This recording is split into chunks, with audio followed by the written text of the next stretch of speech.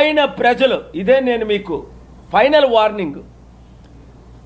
చలో అంటే మీరు ధర్నాలు చేయాలి. 7569441275కి గ్రూపులు పెట్టండి. చంద్రబాబు నాయుడు గారు ఇంకొక 1 వీక్లో కలకపోతే సెప్టెంబర్ 1 లోపుని, అక్టోబర్ 1, 2 అమెరికా రాకపోతే నేను తీసుకునే చర్యలు ఎలాగుంటాయో అది దేవుడే నిర్ణయిస్తాడు. Thank you very much.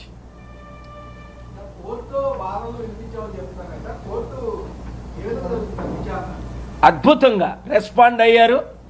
ఆ ఆర్డర్ని నేను అడిగిన ప్రేయర్ ఏంటి, ఎలక్షన్లు రద్దు చేయమని, విశాఖపట్నం ఎలక్షన్ మరలా ఎంపీ గాజువాక ఎమ్మెల్యే మరలా పెట్టమని.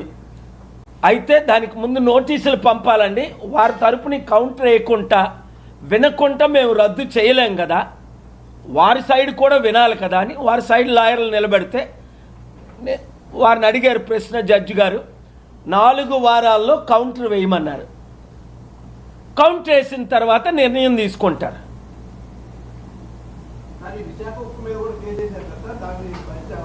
ఏదండి, విశాఖ ఉక్కు మీద స్టీల్ ప్లాంట్ మీద కేసు వేయడం జరిగింది. వీళ్ళు అమ్మేస్తుంటే ఆపడం జరిగింది. ఏప్రిల్ 25ని స్టేటస్ కో తీసుకొచ్చాను. ఆ పనికిమాల జడ్జి ఒకడు ఉన్నాడు, దుర్గాప్రసాద్, లాస్ట్ మంత్, ఆయన ఈ మంత్ ఆగస్టు 9ని రిటైర్ అయిపోయాడు. ఆయన స్టేటస్ కో వెకేట్ చేయడానికి ప్రయత్నించాడు. నేను మరలా వెళ్ళి అడ్డుకున్నాను కాబట్టి ఈరోజు కూడా స్టీల్ ప్లాంట్ అమ్మకాన్ని ఆపడానికి అడ్డుకున్నది నేను ఒకటినే. ఏప్రిల్ 25ని తెచ్చిన ఆర్డర్ స్టేటస్ కో ఇప్పుడు కూడా ఉంది.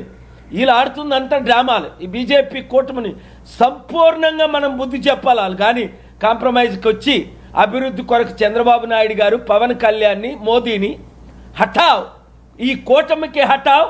ఎందుకంటే ఒక ప్రజాశాంతి పార్టీని గెలిపిస్తేనే నిరుద్యోగులకు ఉద్యోగాలు, 1 కోటి మందికి రుణం, కుటుంబానికి ఉన్న 5 కోట్లకి అప్పు తీర్చడం, 13 లక్షల అప్పు తీర్చడం. ఈయన వడ్డీ కట్టలేనని ఈయనే చెయ్యెత్తేస్తున్నాడు కదా ఖజానా ఖాళీ అని.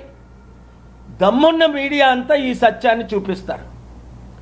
నేను ఒకటే ఛాలెంజ్ చేస్తున్నాను, వాళ్ళతో ఎవరైతే మీ లైసెన్స్ కేబుల్ ఆపరేటర్ల ద్వారా ఆ కాలంలో వారు ఎలా చేశారో ఇలా చేస్తున్నారో, ఇప్పుడు నేను లాయర్ని, అప్పుడు కాదు.